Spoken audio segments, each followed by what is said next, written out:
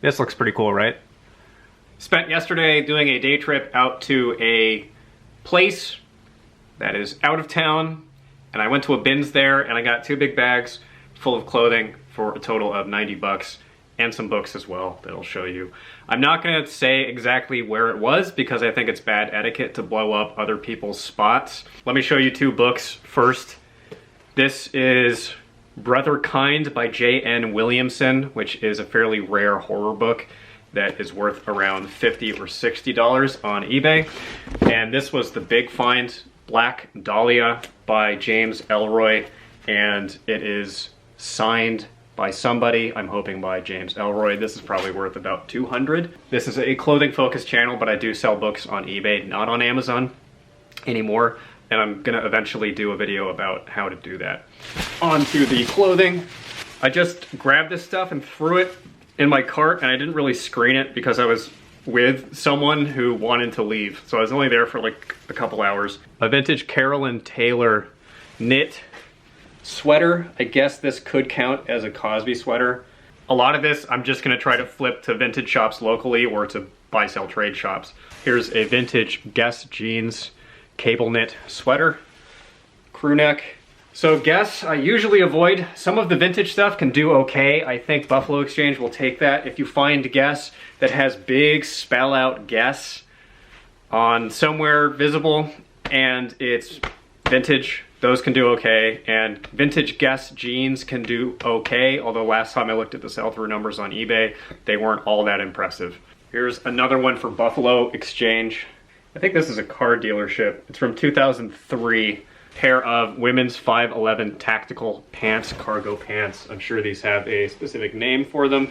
These may turn into fishing pants for yours truly. The friend I was with found this. This is a great brand to know. It's a golf brand called Titleist. I thought it was Fit-Liced for a while. It's not Fit-Liced, it's Titleist. Some of their golf clothing can do pretty well. If you find any collabs between he says. If you find any collaborations between Titleist and Scotty Cameron, those are worth crazy good money. I found those a couple of times. Anything Scotty Cameron is really valuable. If I had been less of a rush, I would have been more selective about what I picked up, but anything that looked even remotely sale worthy, I just grabbed. This is from a brand called That. It's like a nothing brand. This is something that one of the local shops will hopefully take. Another knit sweater. Sort of a winter specific vintage St. John's Bay. Is it vintage? Maybe. St. John's Bay is really not that good of a brand, but if you can get it for $1 or $2 and it's one of these, they can do okay. For Buffalo Exchange, this is Nickelodeon official, probably for Buffalo Exchange, although I will look it up. For some reason, Ah Real Monsters shirts can be worth some pretty good money. I think there's some streetwear stuff out there. We all know what that is. Another one for Buffalo Exchange. This is a linen sport coat slash blazer, and these do really well in the late spring and summer months. Right now it's a little bit out of season, but it's vintage J. Crew as well, and it's 100% linen. This is a half structured blazer. The unstructured blazers that have no padding at all in the shoulders do really well. Another one, this one's from Perry Ellis. I think this was a linen blend. I am less enthusiastic about this one than I am about the J. Crew, just because Perry Ellis doesn't have nearly as much resale value. It's a weird graphic tee. More pools, more pools, more pools. Less rules, etc. And it's from Barney Cools, which is a tag I've seen before, and I do not remember if it's valuable or not. I will look it up. This is a great vintage piece. This is a knit sweater, crew neck sweater with genuine leather trim. I'm gonna hang on to this one and take it to my favorite vintage shop because they'll probably give me some pretty decent money for this, I'm hoping. Another vintage sweater, knit, I think it's cotton. One of the vintage shops should take that. Pair of silver jeans. This is one of my favorite women's brands to find. I never have a problem flipping silver. This is just a basic black open front unbuttoned cardigan for women. Feels like polyester to me. And it's this vintage tag. This really basic vintage stuff I've had problems flipping in the past to these vintage shops, so hopefully that's an exception. Pair of basic 504 Levi's. This one is vintage, and this should flip to these vintage shops fairly well. Here's the tag. Looks vintage to me, at least. Pair of Alberto Jeans. Looked these up on the phone. I've not found them before. I don't remember exactly what the comps were, but I think there were some that sold for over 50. Here's a J. Crew t-shirt, bicycle print. This was for the friend I was with. If he doesn't end up wanting it, I'll just flip it to Buffalo Exchange. Here's a women's graphic t-shirt. It's unbranded. It says Pride and Prejudice by Jane Austen on it with this all over peacock print. That is going to Buffalo Exchange. One of the best finds of the day. This is a vintage Fila windbreaker jacket. I avoid this brand for the most part in contemporary form, but the vintage can do pretty well. And it has that wonderful thrift store disinfectant odor. As far as I know, this is not that great of a brand sanctuary.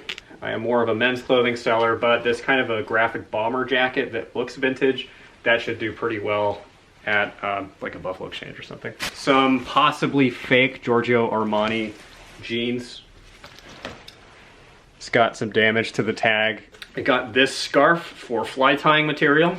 This is a 100% cashmere that probably has holes or stains. Anytime you find 100% cashmere in a thrift, it is most likely going to be damaged. I've been accumulating a bunch of damaged cashmere pieces that are pure cashmere. I have them in a box in the closet. And eventually I'm gonna get around to listing all of that as crafting fabric on eBay as like a big lot. I've had viewers tell me a couple times to do that, and I've never tried it. So I think I have like 10 or 12 of these damaged cashmere sweaters at this point. So hopefully I can flip that for some pretty decent money. Weird graphic sweater, hoodie. The brand is Made. This just looks to me like something that might be worth over 50 bucks. Pair of Adriano Goldschmied jeans.